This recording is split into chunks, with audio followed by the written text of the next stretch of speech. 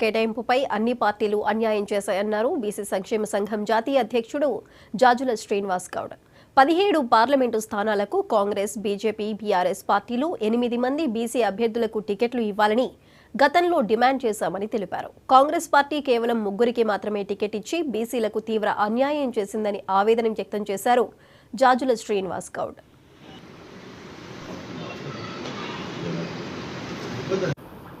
ప్రస్తుతం తెలంగాణ రాష్ట్రంలో జరుగుతున్నటువంటి పార్లమెంట్ ఎన్నికల్లో బీసీలకు రాజకీయ పార్టీలు టికెట్ ఇవ్వకుండా అన్యాయం చేస్తున్నారు. బీసీలకు మొదటి నుంచి జనాభా దామాష ప్రకారం 17 పార్లమెంట్ స్థానాలకు 8 పార్లమెంట్ స్థానాలు కేటాయించాలని చెప్పి ప్రధాన పార్టీలు అయినటువంటి 3 రాజకీయ పార్టీలు మేము డిమాండ్ చేయడం జరిగింది. ఇప్పటికే 17 పార్లమెంట్ స్థానాలకు గాను బీజేపీ 5గురిని బీసీలకు ఇచ్చింది. అదేవిధంగా బీఆర్ఎస్ 6గురికి బీసీలకు ఇచ్చేది.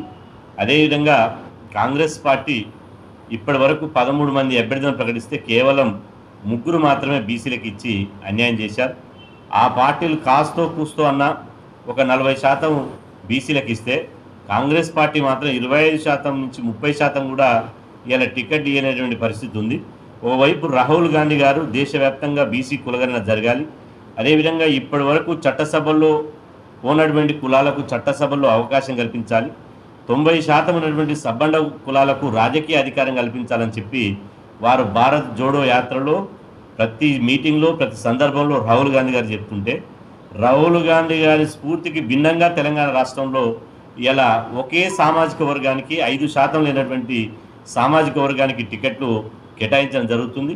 ఖచ్చితంగా ఈ పార్లమెంట్ ఎన్నికల్లో బీసీల సత్తా ఏందో, బీసీల రాజకీయ ఐక్యత ఏందో, ఏ పార్టీని ఇవాళ బీసీలు ఓడించాలో, ఏ పార్టీని గెలిపించాలో నిర్ణయం తీసుకోవడానికి ఈ నెల 7వ తేదీ నాడు ఆదివారం రోజు హైదరాబాదులో వందలాది మంది బీసీ సంఘాలు, కుల సంఘాలు, అదేవిధంగా సమస్త బీసీ శ్రేణులతోటి ఒక బీసీ సంక్షేమ సంఘం రాష్ట్ర స్థాయి, విశ్వస్థాయి సమావేశాన్ని ఏర్పాటు చేయబోతున్నాం.